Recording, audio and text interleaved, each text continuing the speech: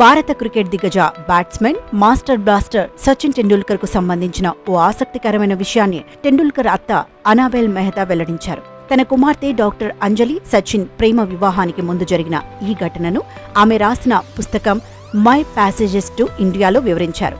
అంజలి ఓ కుర్రాడితో ప్రేమలో ఉందని తెలిసి ఇతన్ని చూడాలనుకుంటున్నానని, నా సోదరుడు రిచర్డ్ ఇంట్లో కలిసేందుకు ఏర్పాటు చేశామని తెలిపారు. వచ్చే కుర్రాడు 6 అడుగుల ఎత్తుతో అందంగా ఉంటాడని ఊహించుకున్నానని, కానీ వచ్చింది 19 ఏళ్ల సచిన్ టెండూల్కర్ అని పేర్కొన్నారు.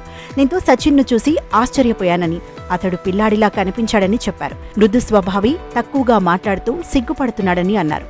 సచిన్ అప్పటికే సూపర్ స్టార్ అని, ఇలా పేరు వచ్చిన చాలా మంది తర్వాత దారి తప్పడంతో నా మనసులో భయాందోళన నెలకొందని తెలిపారు.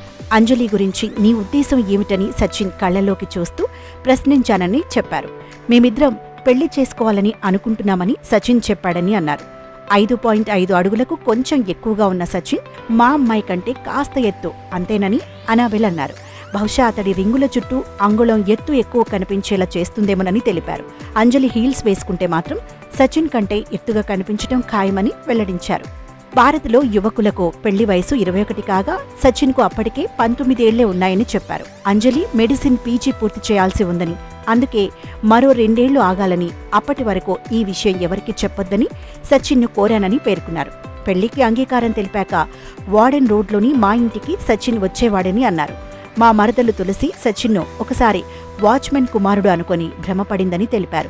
వీధిలో శనగలు అమ్మే వ్యక్తి సమీపంలోని అమెరికన్ కాన్సులేట్ భద్రతా సిబ్బంది తప్ప టెండూల్కర్ను ఎవరూ గుర్తుపట్టేవారు కాదని చెప్పారు.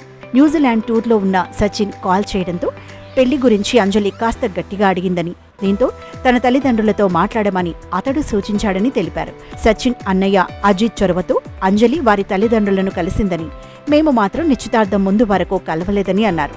ఇక సచిన్ అంజలి నిశ్చితార్థం సరిగ్గా సచిన్ 21వ పుట్టినరోజు 1994 ఏప్రిల్ 24న జరిగిందని చెప్పారు. 25 మంది బంధువులని పిలిచామని, తర్వాత మీడియాకు తెలియచేశామని, అప్పుడే ఎవరి అంజలి అంటూ వెతుకులాట మొదలుపెట్టారని తెలిపారు. ఇక అనాబెల్ బ్రిటన్కు చెందినవారు కాగా 1966లో ఆనంద్ మెహతాను పెళ్లాడాక ముంబైలో స్థిరపడ్డారు. అప్నాలయ పేరిట స్వచ్ఛంద సంస్థను నిర్వహిస్తున్నారు.